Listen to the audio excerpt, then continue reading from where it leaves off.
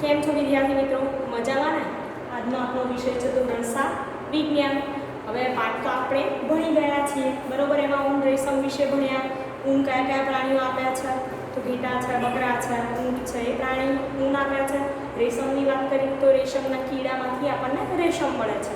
તો આજે આપણે પાઠમાં મેં તમને સ્વાધ્યાયના પ્રશ્નોની પણ ચર્ચા કરી હતી અને વૈજ્ઞાનિક કારણો પણ સમજાવ્યા હતા, તફાવત પણ જોયો હતો. તો આજે આપણે આ પાઠમાં ટેસ્ટ લઈશું, બરાબર ને? તો પ્રશ્નોની ચર્ચા કરવાની છે ટેસ્ટમાં અને એના જવાબ પણ જોવાના છે. તો તમે બધા અહીંયા ધ્યાન આપજો અને આ પ્રશ્નો તમે તમારી પાઠ્યપુસ્તકમાંથી આવી રીતે બીજા પ્રશ્નો પણ બનાવી શકો છો. ચલો સ્ટાર્ટ કરીશું આપણી ટેસ્ટ.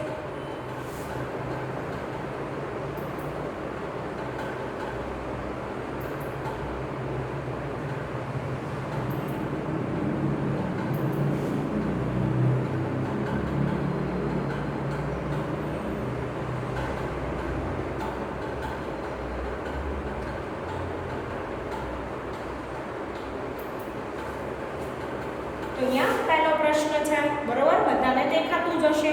તો નીચેના ચિત્રમાંથી પહેલો પ્રશ્ન છે કે પ્રાણીમાંથી ઊન મેળવવામાં આવતું નથી.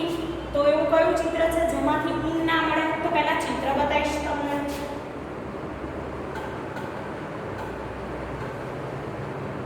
તો તમે ડી જુઓ, સી જુઓ, પછી બી જુઓ અને એ જો. તો તમને ખબર પડી ગઈ કે શેમાંથી ના મળે. ચલો જોઈએ જવાબ. તો તમે જોયું યાક છે, બકરી છે, ઊંટ છે, એમાંથી આપણને ઊન મળે. વાઘ આપણને ઊન આપતું નથી. બીજો પ્રશ્ન જોઈશું.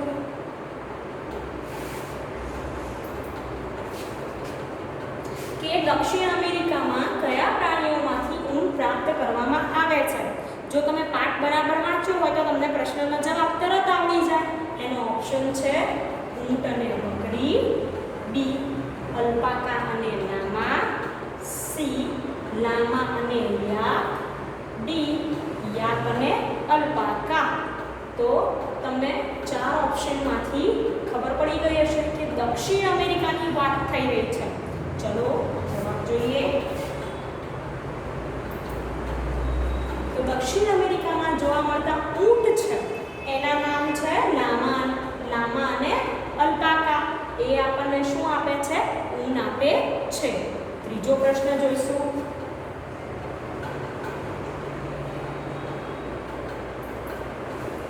કે સોટર્સ રોગ ખાલી જગ્યા ઉદ્યોગમાં કામ કરતા વ્યક્તિઓમાં થતો ચેપી રોગ છે. હવે તમે વિડીયોઝ જોયા હશે, પાઠ વાંચ્યો હશે તો પણ ખબર પડી જશે કે એ રોગ કયા ઉદ્યોગમાં કામ કરતા વ્યક્તિઓમાં થાય. ઓપ્શન જોઈશું. એ ઊન, બી રેશમ, સી બજાર, ડી કાપડ. ચલો જવાબ જોઈએ. તો ઊન છે એ ઊન ઉદ્યોગમાં કામ કરતા જે વ્યક્તિઓ હોય છે એના રેસામાંથી કાપડ બનાવવામાં કામ કરતા ઉદ્યોગમાં વ્યક્તિઓ હોય એમાં સોટર્સ નામનો રોગ જોવા મળે છે. હવે ચોથો પ્રશ્ન.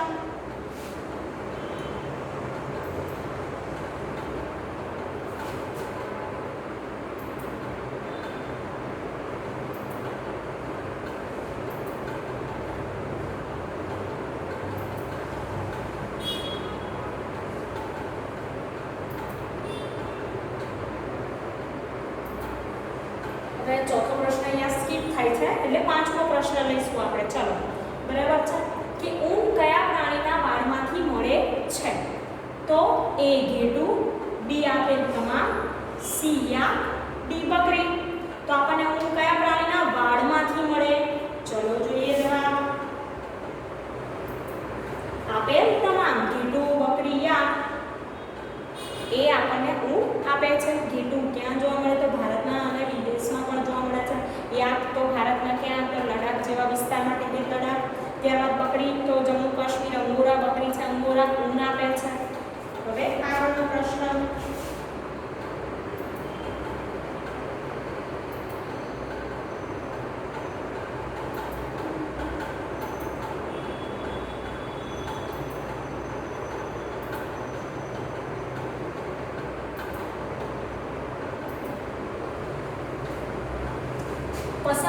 પસંદગીલક્ષી સંવર્ધન એ ઇચ્છિત લક્ષણો ધરાવતા ખાલી જગ્યાની પસંદગીની પ્રક્રિયા છે.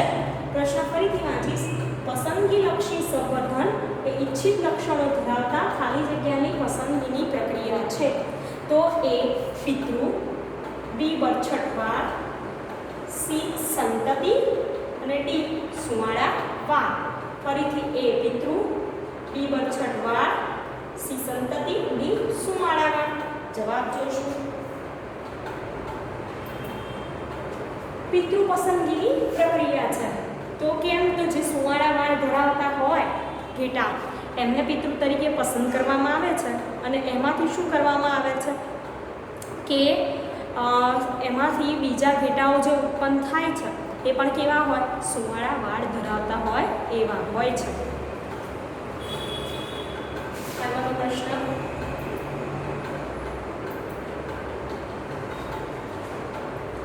ઊન આપતા પ્રાણીઓના શરીર ખાલી જગ્યાથી ઢંકાયેલા હોય છે. તો એ મૃત કોષો, બી ઊનના વાળ, સી સખત કવચ, ડી મોહેર રેશા. એ પણ એક રેસાનું નામ છે. તો જવાબ જોઈશું. ઊનના વાળ. ઊન આપતા પ્રાણીઓની ઉપર રૂંવાટી હોય. એ રૂંવાટી જે વાળ હોય શેના બનેલા હોય? ઊનના બનેલા હોય છે. એ પણ તમે શીખ્યા છો.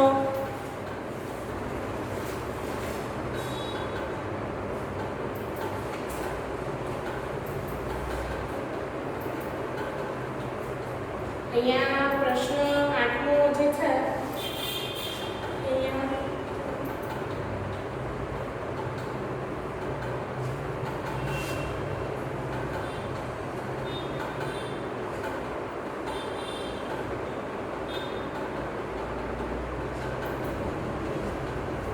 હવે રેશમના રેસા નીચેનામાંથી શેમાંથી મેળવવામાં આવે છે?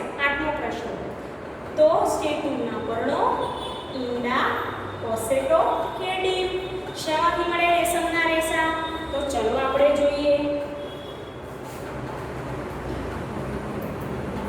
કોસેટોમાંથી. શેમાંથી? કોસેટોમાંથી. કોસેટોને આપણે ગરમ પાણીમાં ઉકાળીએ છીએ. ઉકાળ્યા બાદ શું કરવામાં આવે? તો ગરમ પાણીમાં ઉકાળી એમાંથી રેશમના તાર શું પડે? છૂટા પડી જાય.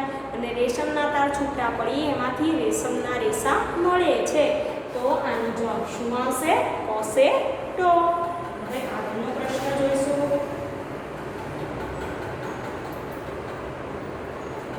નવમો પ્રશ્ન. નીચે રેસાઓમાંથી ઊન બનાવવાની પ્રક્રિયા આપી છે. તો કાતરણ, પછી ખાલી જગ્યા, પછી પાછું વર્ગીકરણ, રેસાઓને ફરી ઘસવાની પ્રક્રિયા, 5મામાં ખાલી જગ્યા, 6ઠામાં દોરી સ્વરૂપે ઊનને લપેટવી. તો આ સ્વાધ્યાયના પ્રશ્નમાં આવી ગયો તો પ્રશ્ન જો તમે લખ્યું હોય તો આપણે જોઈશું એના ઓપ્શન.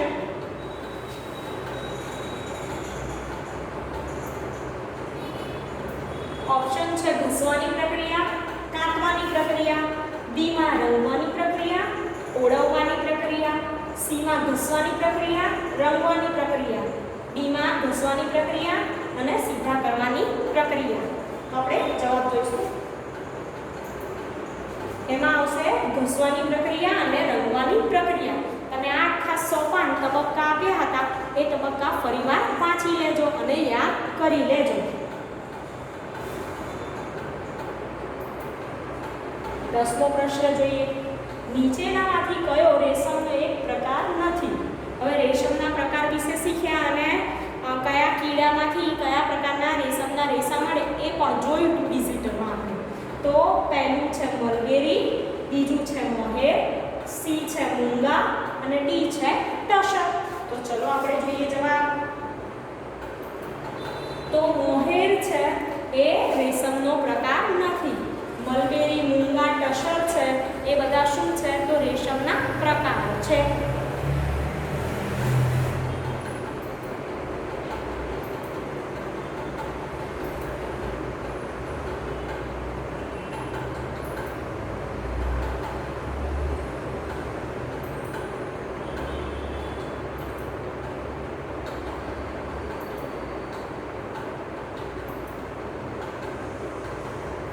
11મો પ્રશ્ન અહીંયા થોડો એ થાય છે, સ્કીપ કરીએ છીએ. 11મો પ્રશ્ન આપણે ડાયરેક્ટ 12મા પ્રશ્ન પર જઈએ છીએ આપણે, બરાબર. અહીંયા ક્રમ ના જોતા પ્રશ્નો જોઈશું, થોડું પ્રોબ્લેમ છે એટલે અહીંયા પ્રશ્ન જે આવે આપણે એ પ્રમાણે જોઈશું, બરાબર છે. તો ચલો, ઘેટાના શરીર પરથી ખાલી જગ્યાની ઋતુમાં વાળ કાપવામાં આવે. ઘેટાના શરીર પરથી ખાલી જગ્યા ઋતુમાં કઈ ઋતુમાં આપણે ઘેટાના વાળ કાપીએ છીએ? તો ચલો જોઈએ. ઓપ્શન એ ચોમાસું, બી શિયાળા, સી ગરમી, ડી ઠંડી. તો તમને ખબર છે શું જવાબ આવે? ગરમી, બરોબર ને. હવે આગળ 13મો પ્રશ્ન. એક પ્રશ્ન આપણે હવે જે 11મો પ્રશ્ન આપણો બાકી રહી ગયો તો એ ફરી લઈ લઈએ છીએ. આવ્યો છે તો ઘેટાઓના શરીર પરથી તેની પાતળી ચામડી સહિત રૂંવાટીને ઉતારી લેવાની પ્રક્રિયાને ખાલી જગ્યા કહે છે. તો કાંતિ, બી કાતરણી, સી કાપણી અને ડી ઘસવાની પ્રક્રિયા. તો આપણે જોઈશું શું આવે જવાબ. કાતરણી. વ્યાખ્યા પણ મેં લખાવી હતી કે ઘેટાના શરીર પરથી તેના વાળ કાપવાની જે પ્રક્રિયા છે તેને ઉતારવું અથવા તો કાતરણી કહેવાય છે. આગળનો પ્રશ્ન જોઈશું. 12મા નંબરનો પ્રશ્ન આપણે જોઈ ગયા, બરાબર. એટલે 13મો પ્રશ્ન. રેશમના રેસા ખાલી જગ્યાના બનેલા હોય છે. તો એ ચરબી, બી ગ્લુકોઝ, સી કાર્બોદિત, ડી પ્રોટીન. તો રેશમના રેસા શેના બનેલા હોય? જોઈએ આપણે. રેશમના રેસા એ પ્રોટીનના બનેલા હોય છે, યાદ રાખજો. અને આ પ્રશ્ન તમારી નોટમાં લખી શકો છો.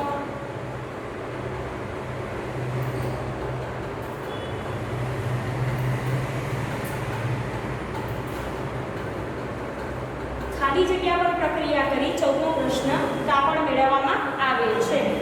તો એ ચામડી, બી કપડા, સી રેસા, ડી કીડા.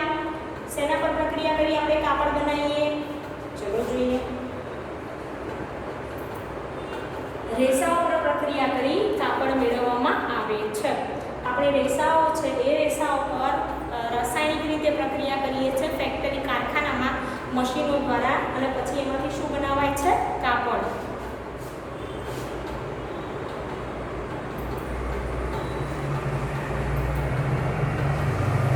પહાડી ક્ષેત્રોમાંથી મળતી અંગોરા બકરીમાંથી ઊન મળે છે. તો એ જમ્મુ અને કાશ્મીર, બી તિબેટ અને લડાખ, સી લેહ અને લડાખ અને ડી દક્ષિણ અમેરિકા. તો અંગોરા બકરીમાંથી ઊન મળે છે. તો આપણે જોઈએ કે અંગોરા બકરી કયા પહાડી વિસ્તારમાં રહે છે? તો જમ્મુ અને કાશ્મીર. તમે જે કોષ્ટક હતું એ તૈયાર કર્યું હશે. ઘેટાઓની જાતિ ક્યાં ક્યાં રહે અને એ ઉપરાંત કયા પ્રાણી આપણને ઊન આપે ને કયા વિસ્તારમાં જોવા મળે છે એ તમારે ખાસ તૈયાર કરવાનું છે.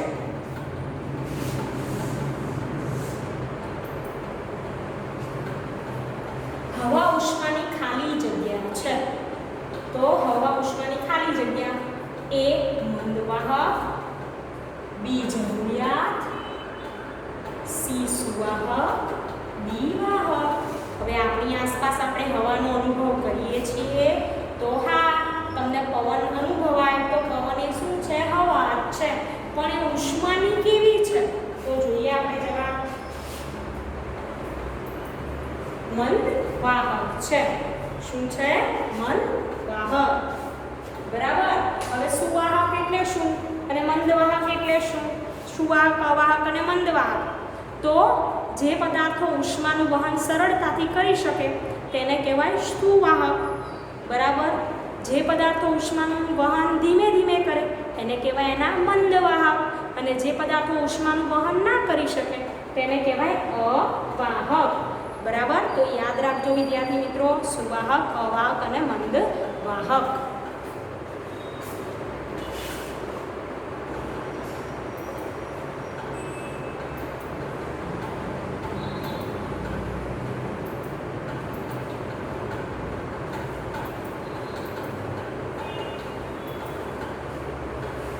હવે 17મો પ્રશ્ન.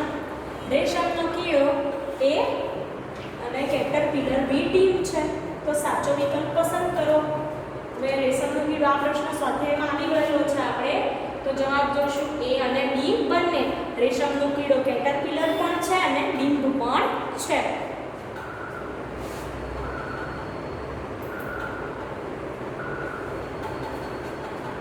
હવે પ્રશ્નમાંથી પસંદગી કરેલ સારી લાક્ષણિકતાના આધારે ઘેટાની કોઈ સારી જાતિના નર કે માદા પસંદ કરીને કરવામાં આવતા સંવર્ધનને શું કહે છે?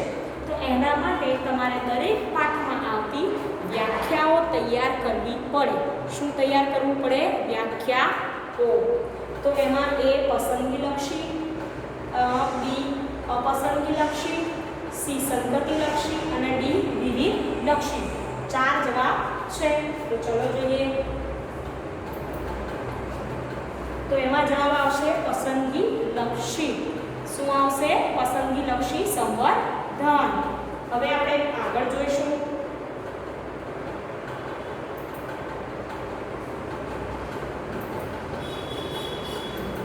આપણો આગળનો પ્રશ્ન જોઈશું. તો એક પ્રશ્ન અહીંયા એ થાય છે. આપણે 20 નંબરનો પ્રશ્ન જોઈશું. રેશમના દોરા વડે રેશમના કપડા વણવાની ક્રિયા ખાલી જગ્યા કરે છે. રેશમના દોરા વડે રેશમના કપડા વણવાની ક્રિયા ખાલી જગ્યા કરે છે. તો એ ઓપ્શન છે રેશમના કીડા પાડનાર, બી ઓપ્શન છે વણી, સી ઓપ્શન છે વ્યાપારી, ડી ઓપ્શન છે વણકર. તો કોણ કરે છે આપણે જોઈશું. તો વણકર. શું આવશે જવાબ? વણકર.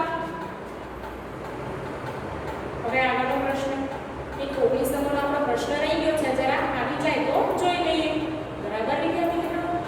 આવી ગયો. ચલો, આમાં થોડો પ્રોબ્લેમ છે એટલે વચ્ચે એકાદો પ્રશ્ન રહી જતો હોય છે. તો આપણે જે પ્રશ્ન નહીં આવતો હોય ફરીથી ખોલવાનો ટ્રાય કરીશું. જો આવશે તો જોડે લઈ લઈશું. બરાબર? તો ઘેટાના શરીર પરથી વાળ ઉતારવા માટે કયા સાધનનો ઉપયોગ થાય? હવે અહીંયા તમને ચિત્ર આપેલા છે તો તમે જોઈ શકો છો. પહેલું શું છે? તો હું બતાવું તમને ફરીથી. તો પહેલું છે કાતર, બીજું પતરી, સી સાધન આપેલું છે, ડી આવું સાધન છે. તો જોઈએ શું આવશે. તો આપણે વાળ કાપવા માટે જે મશીનનો ઉપયોગ કરીએ છીએ એમ ઘેટાના વાળ કાપવા માટે એ પ્રકારનું જ મશીન વપરાય છે. તમે ચિત્રમાં જોઈ શકો છો. હવે આગળ 20મો પ્રશ્ન.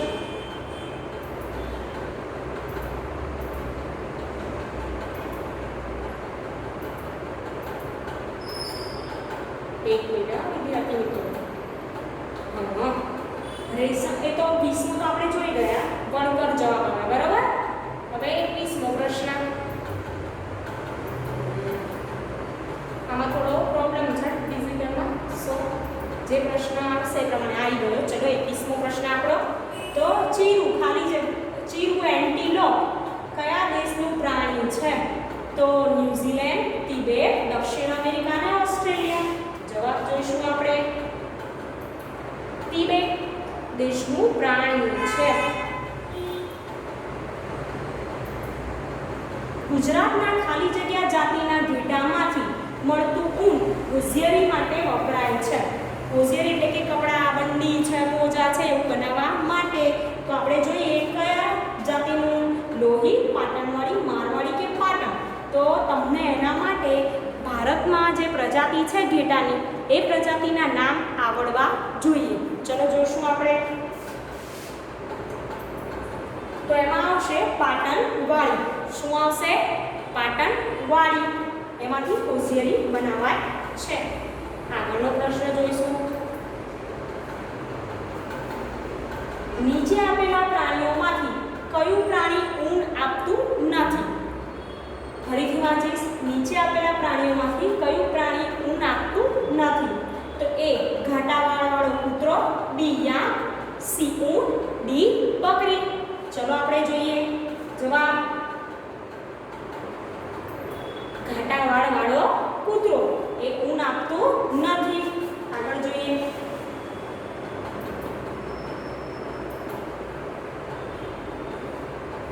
નીચેનામાંથી કયા રેસાઓમાંથી ધાબળા કોર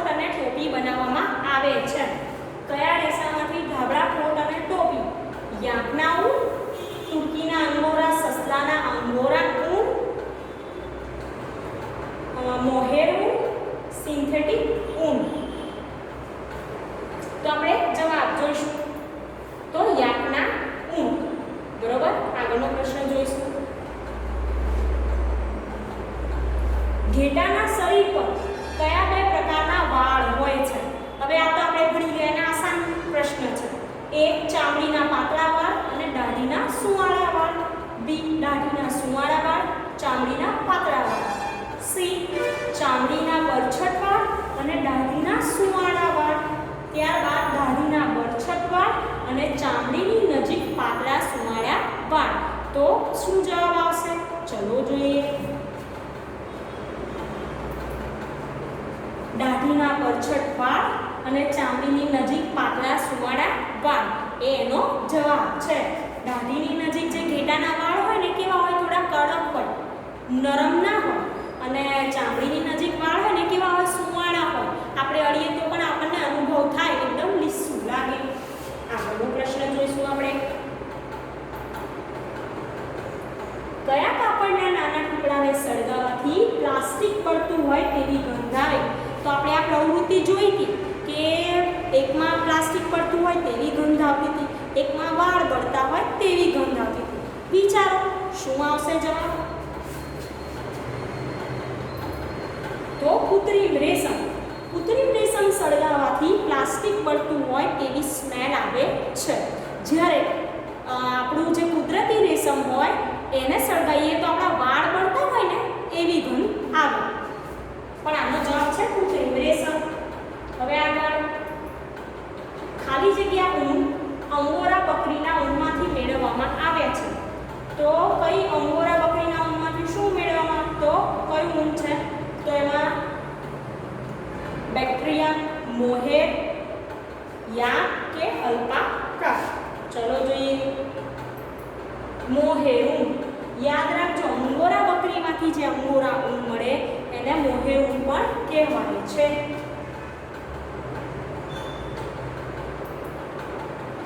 ખાલી જગ્યા સંકટ એ કોઈ પણ ઇન્ડસ્ટ્રીમાં કામ કરતા કારીગરો પર આવતું એક સંકટ છે. હવે ઘણા બધા ઉદ્યોગો ચાલે છે, એમાં ઘણા બધા કારીગર કામ કરતા હોય છે. તો કયું? તો ઘરેલું, કર્મચારી, ઔદ્યોગિક કે વ્યવસાયિક? ચલો જોઈએ જવાબ.